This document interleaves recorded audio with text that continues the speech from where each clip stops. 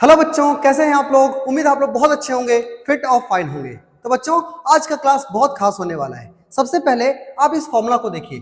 बच्चों, ये फॉर्मूला जो है हम लोग एपी चैप्टर के लास्ट सेक्शन मतलब 5.3 में बहुत बार इस्तेमाल करते हैं। लेकिन क्या आप जानते हैं कि ये आया कैसे, ये बन कैसे सकता है, क्या हम इसे प्रूफ कर सकते हैं? आइए आज इसी इंटरेस्टिंग से पार्ट को आज हम लोग करने की कोशिश करते हैं। तो बच्चों, सबसे पहले गौर से देखें तो यहाँ पर आपके सामने एक फॉर्मूला है एस एन बराबर N by two A plus N minus one D. ये बहुत ही इंपॉर्टेंट फॉर्मूला है जब हम एपी को ऐड करते हैं। लेकिन हम इसे प्रूफ कैसे कर सकते हैं? आइए, सबसे पहले आप जानते हैं कि एपी जो होता है, यहाँ पर कोई भी एपी यदि हमारे सामने हो तो एपी का एक सीधा सा रूल है कि पहले ए1 होता है, फिर ए2 होता है, फिर ए3 होता है, ऐसे बढ़ते बढ़ते ये एन तक होता है। बात समझ में गई है ना। इसका मतलब यदि हम सबसे पहले क्या करें कि एस एन करें। एस एन का मतलब होता है कि एन पदों, जो एन पद है वहां तक का समेशन, वहां तक का योग। तो कैसे हो सकता है? ए1 को हम क्या लिखेंगे? तो ए ही लिख देते हैं, ठीक है। अब यदि हम बात करें कि ए2 को क्या लिखेंगे, तो बच्चों हम ए2 को लिख सकते हैं ए प्लस डी, ठीक है ना। तीसरा पद यदि आप लिखना चाहो तो ए3 को हम क्या लिख सकते हैं? तो ए प्लस और यहाँ पर 2d लिख सकते हैं। इस तरह से बढ़ते हुए जाएगा और बढ़ते बढ़ते यदि हम इसे लास्ट ए एन बराबर लिखना चाहे तो बच्चों ए एन का फॉर्मूला आपने पढ़ा है कि ये होता है ए प्लस एन माइनस वन का डी। बात समझ में आ गई है। तो यहाँ पर इस तरफ से हम लोगों ने 3 पद लिखे हैं और ये कहां तक बढ़ गया? तो एन पद तक चला गया है। अब देखो क्या करना है। इसके एक पहले वाले पद को आप सोच सकते हैं क्या हो सकता है, जरा सोचो। यदि यहाँ पर 2d है तो यहाँ पर उससे एक कम d हो गया, मतलब यहाँ पे 2d है तो यहाँ एक ही d हुआ। उस हिसाब से देखें तो यहाँ n माइनस वन डी है तो उसके पहले क्या हो सकता है? तो इसके पहले हो सकता है a प्लस और n में से एक और कम कर देंगे बच्चों तो हो जाएगा n माइनस टू डी हो जाएगा। नहीं, क्योंकि माइनस में है तो एक और कम करेंगे तो माइनस का 2d हो जाएगा, ठीक है। तो ये आपका बन गया है एस एन, ठीक है। ये फर्स्ट इक्वेशन। अब बच्चों क्या करना है, इसको प्रूफ करने के लिए आपको इस बार उल्टे साइड से लिखना है ना, मतलब अंतिम साइड से लिखने पर। तो क्या लिखेंगे? अंतिम ओर से लिखने पर। क्या लिखना है? तो अंतिम ओर से लिखने पर। तो बच्चों जब हम इसे अंतिम ओर से लिखेंगे तो हम एस एन के बराबर में ही क्या लिख सकते हैं? एस एन के बराबर इस बार क्या करना होगा, इसे पहले लिखना होगा इस तरफ। तो ये बनने वाला है a plus N minus one D और दूसरा क्या बनेगा? तो बनेगा sir N A plus N minus two का डी। और बच्चों इस तरह से आगे बढ़ाते जाओ तो हमारा जो शुरुआत का 2 टर्म है वो हम लोग लास्ट में लिखेंगे। मतलब यहाँ पर है a प्लस डी। वैसे तो आप सारा लिख सकते हैं लेकिन हम समझने के लिए इतना काफी होगा। और सबसे लास्ट में a।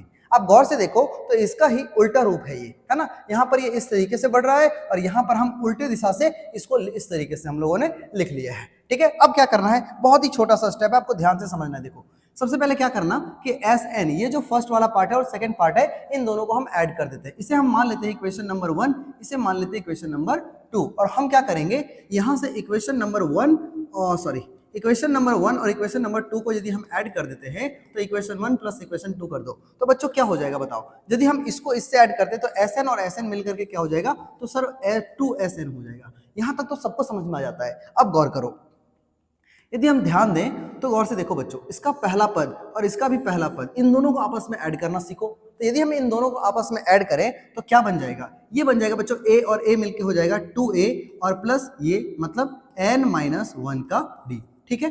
कितना आसान था।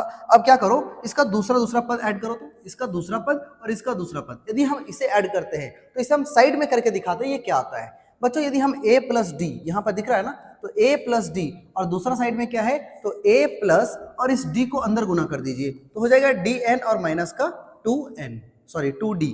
क्या होगा? तो 2d होगा। अब इन दोनों को ऐड करोगे तो a और a मिलकर हो जाएगा 2a और प्लस में यहां बचेगा आपके सामने d। या तो एक काम करते हैं, पहले माइनस करो, माइनस का 2d और प्लस का d। इसका मतलब जब घटा देंगे तो ये क्या बनने वाला है? तो बच्चों ये हमारे सामने, अच्छा पहले लिखते हैं dn और इन दोनों को माइनस करके हम लिख देते हैं d। बात समझ में आ गया है। अब क्या करना है, वापस इन दोनों में से कॉमन निकालो तो बचेगा 2a और जब हम d कॉमन निकाल देंगे तो यहाँ बचेगा n माइनस, यहाँ d कॉमन निकालिए तो यहाँ बचेगा 1। मतलब क्या समझ में आया कि दूसरे पद को दूसरे पद से ऐड कर दिया तो फिर से क्या आ गया है? 2a plus n minus one का d। नहीं समझ में आया? इसका मतलब हम पहले को पहले से जोड़ रहे हैं, दूसरे को दूसरे से जोड़ रहे हैं तो हर बार सेम रिजल्ट आ रहा है। हम चेक करना चाहेंगे कि क्या लास्ट में भी ऐसा ही होता है। मतलब ये जो अंतिम पद है इसका और इसका जो अंतिम पद है, इसे यदि हम ऐड करें बच्चों तो क्या ये भी आएगा? तो देखो a को a के साथ मिला दो तो ये हो जाएगा 2a और प्लस n माइनस वन का d। नहीं समझ में आया? ये भी वही आ गया। इसका मतलब साफ साफ है कि यहाँ पर सारे पद जो हैं, जितने भी पद हमें नजर आते हैं, ये सारे पद सेम रिजल्ट दे रहे हैं। और बच्चों सबसे पहले ये समझना होगा कि ये कितने पद हैं। देखो सबसे पहले हम यदि ध्यान दें इस पर तो हमें पता चलता है कि ये जो है सो एक पद है, पहला पद, ये दूसरा पद, ऐसे बढ़ते बढ़ते बढ़ते बढ़ते ये n पद तक चला गया है, क्योंकि हमने जो यहाँ पे लिया हुआ था ये भी n पद तक लिया हुआ था। तो यदि ऐसे ऐसे ढेर सारे हैं, कितने हैं, तो ये टोटल n बार है।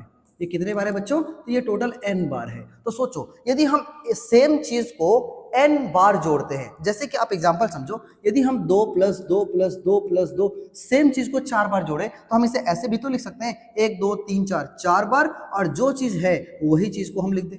तो बच्चों इस हिसाब से यदि ये भी n बार जुड़ा हुआ होता तो हम यहाँ 4 के जगह पे क्या लिख देते, n लिख देते। बात समझ में आई। इसी कॉन्सेप्ट को यदि हम ध्यान दें तो इसी कॉन्सेप्ट पे यदि हम लगा दें तो यहाँ क्या हो जाएगा, यहाँ हो जाएगा बच्चों Sn बराबर 2a + n-1d। ये सेम चीज को कई बार जोड़ा गया है। एक्चुअली में कितना बार जोड़ा गया है, तो n बार जोड़ा गया है, तो हम इसे क्या करेंगे, n से गुना कर देंगे। तो यहाँ पर 2Sn था। अब यदि हम Sn निकालने की कोशिश करें तो n और ये गुणा से आ जाएगा भागा में, और फॉर्मूला हमारा बच्चों ये बन करके तैयार हो चुका है। और हम लोग कंप्लीट कर चुके हैं इस फॉर्मूला को, और एक्चुअली में सिद्ध कर चुके हैं कि Sn बराबर n/2 2a + n-1d आया कहां से। तो उम्मीद है हम लोगों ने ये जो प्रूफ आपको करके दिखाया है, ये आपके मन में मैथ्स के प्रति एक नया एक्साइटमेंट और एक नया समझ लीजिए सीखने का एक ललक जो है वो आपके अंदर डेवलप कर चुका होगा। तो कैसा लगा आपको ये प्रूफ जो हमने किया है, ये जो डेरिवेशन आपको समझ में आ गया होगा कि किस तरीके से ये हमें रिजल्ट प्राप्त होता है। ऐसे ही हम इसे यूज नहीं करते, एक्चुअली में ये एक सिस्टमैटिक ऑर्डर में Sn का फॉर्मूला हमारे सामने आया। ठीक है, तो कैसा लगा आपको एक्सप्लेनेशन, जल्दी से कमेंट बॉक्स में लिखें और चैनल के साथ अभी जुड़ जाए। थैंक यू वेरी मच, जय हिंद।